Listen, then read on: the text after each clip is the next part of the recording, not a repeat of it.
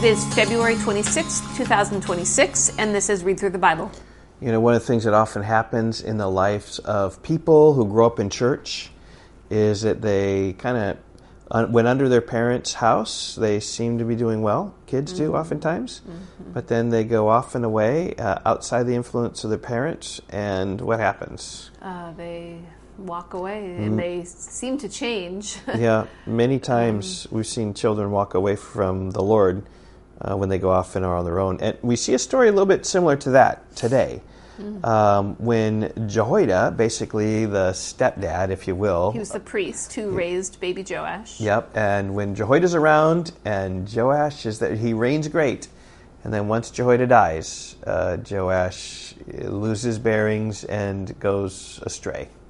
Yep, this is a great chapter when thinking about even teenagers and warning them, and even parents, just talking to them about this chapter. Really good. So 2 Chronicles 23 and 24, talking about Joash. Right, but in the 7th year, Jehoiada took courage and entered into a covenant with the commanders of hundreds: Azariah the son of Jehoram, Ishmael the son of Jehohanan, Azariah the son of Obed, Maaseiah the son of Adiah, and Elishaphat the son of Zichri. And they went about through Judah and gathered the Levites from all the cities of Judah and the heads of fathers' houses of Israel, and they came to Jerusalem. Remember, this is while Athaliah is reigning. So that's the context there. And all the assembly made a covenant with the king in the house of God. And Jehoiada said to them, "Behold the king's son. Let him reign, as the Lord spoke concerning the sons of David. This is the thing you shall do." So this is a plan to make Joash king, even though he's 7 years old.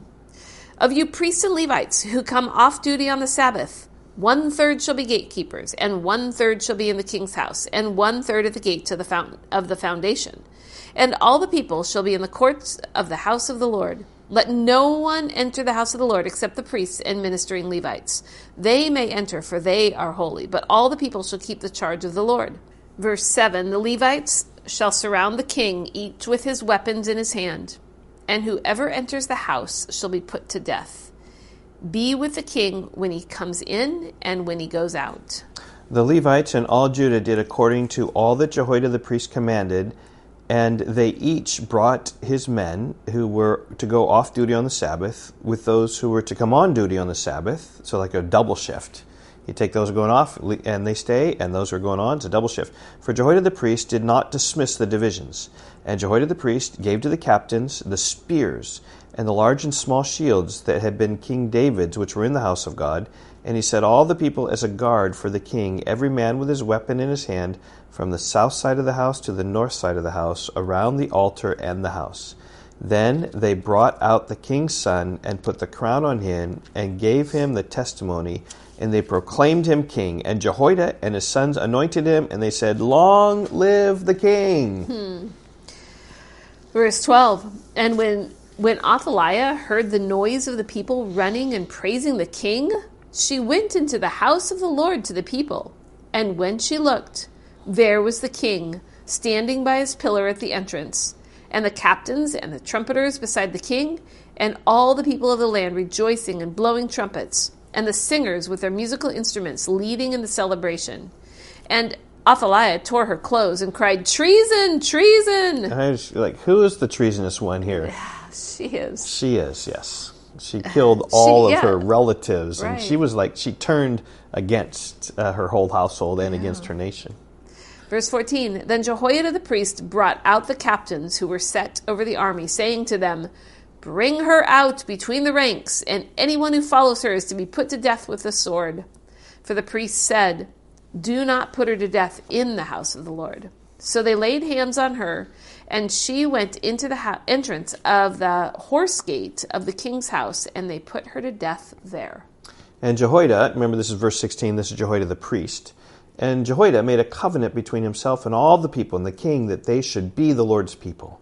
Then all the people went into the house of Baal and tore it down, his altars and his images, and they broke in pieces, and they killed Matan, the priest of Baal, before the altars. And Jehoiada posted watchmen for the house of the Lord under the direction of the Levitical priests and the Levites, whom David had organized to be in charge of the house of the Lord to offer burnt offerings to the Lord, as is written in the law of Moses, with rejoicing and with singing, according to the order of David. And here we see the throne and the temple.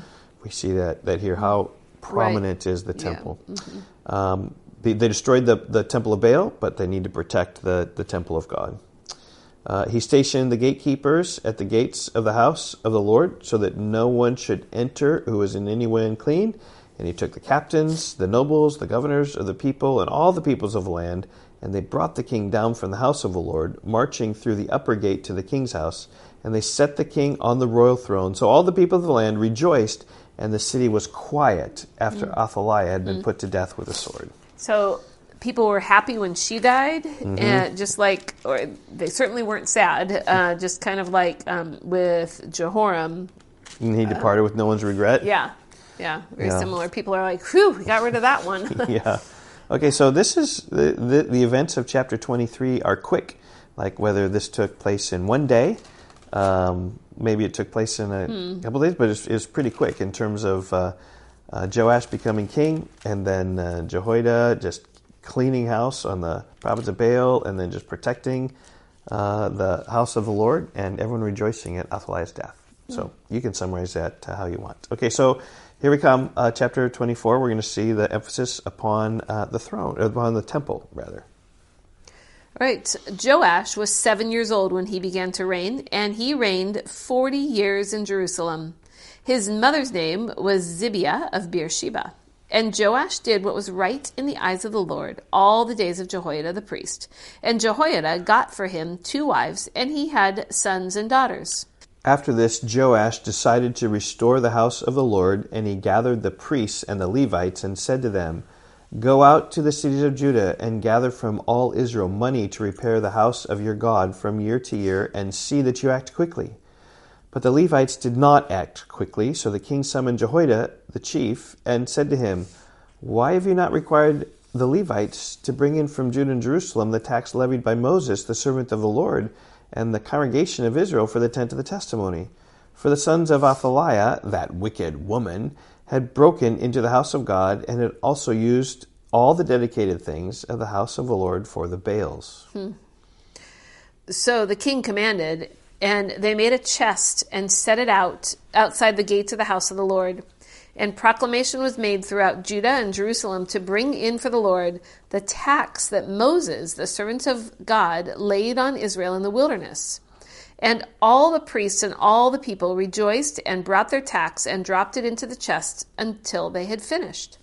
And whenever the chest was brought to the king's officers by the Levites, when they saw that there was much money in it, the king's secretary and the officer of the chief priest would come and empty the chest and take it and return it to its place. Thus they did day after day and collected money in abundance. And the king and Jehoiada gave it to those who had charge of the work of the house of the Lord. And they hired masons and carpenters to restore the house of the Lord, and also workers in iron and bronze to repair the house of the Lord.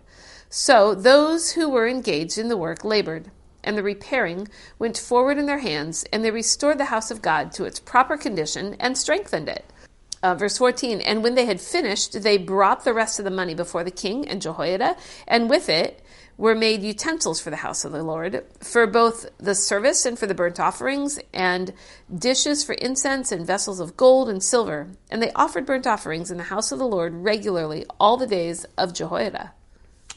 All the days of Jehoiada, things go Yes. well. But now when the father figure dies, we're going to see a different story. Joash is going to lose his way. Verse 15, but Jehoiada grew old and full of days, and he died. He was 130 years old at his death, and they buried him in the city of David among the kings, because he had done good in Israel toward God and his house. Now after the death of Jehoiada, the princes of Judah came and paid homage to the king.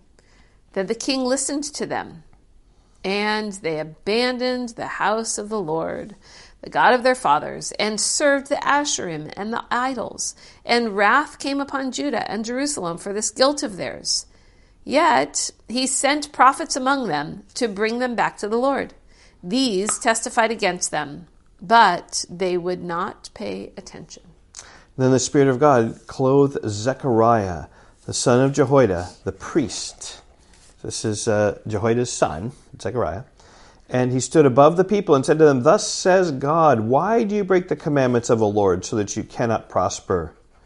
Boy, if only we had that perspective, right? Why do you break the commandments of the Lord so that you cannot prosper? Like prosperity comes only when you submit to the commandments of the Lord, when you follow after his ways. Because you've forsaken the Lord, he has forsaken you.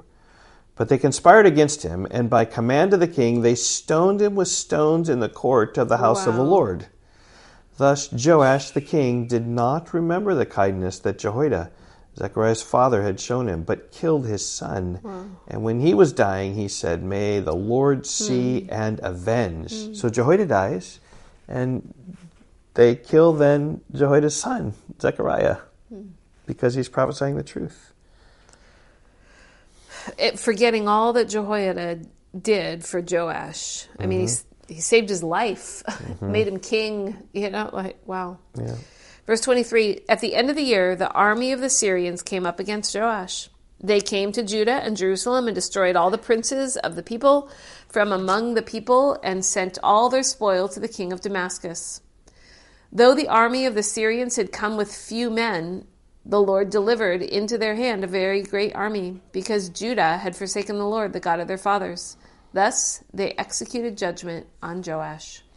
When they had departed from him, leaving him severely wounded, his servants conspired against him because of the blood of the son of Jehoiada. That's because of the blood of Zechariah, whom he had killed, the priest, and killed him on his bed. This is Joash. So he died, and they buried him in the city of David. But they did not bury him in the tombs of the kings.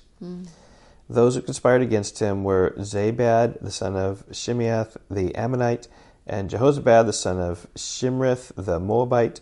Accounts of his sons and of the many oracles against him and of the rebuilding of the house of God are written in the story of the book of the Kings, and Amaziah his son reigned in his place. So we see here in chapter 24 about Jehoiada, right, really leading and guiding the restoration of the temple. But when he dies, Joash abandons the house and kills Zechariah and then is assassinated. Kind of the story of chapter 24. Very sad ending, like for this baby king who rose up and then was a good king for many years. Such a great story. And then Jehoiada dies and he forsakes the Lord. Yeah. So I think that's very applicable. Said in the beginning of our podcast today, just how it's just like teens. When they get away from their fathers, they get away from their mothers, they do what they want and then go astray oftentimes. Not always, but may the Lord show mercy to the teens that we know in our churches, or wherever you all are. Okay, we'll see you tomorrow. Bye-bye. Goodbye.